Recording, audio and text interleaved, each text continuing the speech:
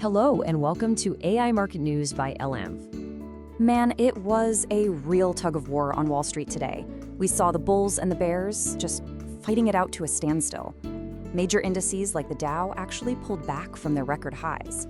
And if you look at the numbers, the decliners just barely edged out the advancers. It really paints a picture of a market that's, well, completely divided. So, what's going on here? Why is the market being pulled in two different directions like this? To figure that out, we've got to look at the key data, starting with the biggest catalyst of the day. Right, so the market was desperate for a clear signal on inflation. And boy, did the latest US Consumer Price Index report deliver. The number everyone was watching, the really crucial one, was core CPI.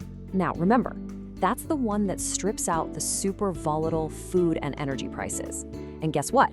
It came in cooler than anyone was anticipating. That's the figure the Fed watches like a hawk for those underlying inflation trends. You know, based on commentary we've seen, this report just gave the market a huge dose of optimism. It was seen as, a much more confident sign that this whole inflation fight is finally heading in the right direction. And that, of course, could give the Fed a lot more room to maneuver. Okay, so here's where things get really interesting. How did this seemingly fantastic news actually play out in the stock market? Well, let's just say it wasn't the straightforward rally that you might have expected. And that really brings us to the central puzzle of the day, right? The market's initial rally on that great inflation data just fizzled out. It faded so quickly, and it left a lot of us scratching our heads wondering what just happened. All right, this is where you can really see that push and pull in action. On one hand, you have this amazing inflation report acting as a powerful tailwind, sparking all these fresh hopes for Fed rate cuts. But that tailwind ran smack into a huge headwind coming from the banking sector. What happened? Well, JP Morgan kicked off earnings season and, whoops, they reported an unexpected drop in investment banking fees, totally missing their own guidance. So, what's the fallout? We've got a totally split view on what the Fed is going to do next. I mean, the markets are still pricing in about 2 cuts this year. But get this, some major bank strategists are now out there arguing the next move could actually be a hike. And a hike? Well, that changes everything. Higher rates make borrowing more expensive, they can really pressure stock valuations, so that possibility is definitely throwing a whole lot of caution into the mix. All right, so let's follow the ripples, because these shifting expectations for the Fed didn't just stop at the US border. Oh no, they sent some pretty big waves crashing through the global currency markets.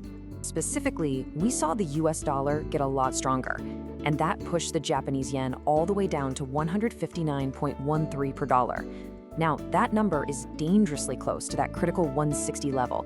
That's a real line in the sand that has actually triggered direct government intervention in the past. And the pressure on the yen is getting even worse because of something the markets are calling the Takaichi trade.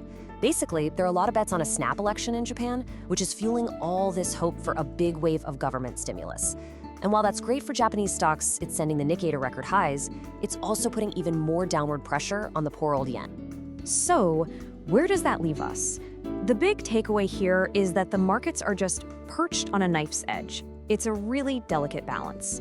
So let's talk about what we should be watching for next to see which way these scales are going to tip. All right, taking a look at the economic schedule over on investing.com, it looks like our next major clues are going to come from the upcoming Producer Price Index, that's the PPI, and the latest retail sales data. These two reports are really going to shed a lot more light on the inflation picture and the health of the consumer. And all of this really leaves us with a big question as we head into the rest of the week. Are we seeing a just right Goldilocks scenario? Slowing inflation with still resilient growth? Or is this weakness we're seeing in the banking sector an early warning sign of some real trouble ahead? This video is automatically generated by NotebookLM, an AI-powered tool.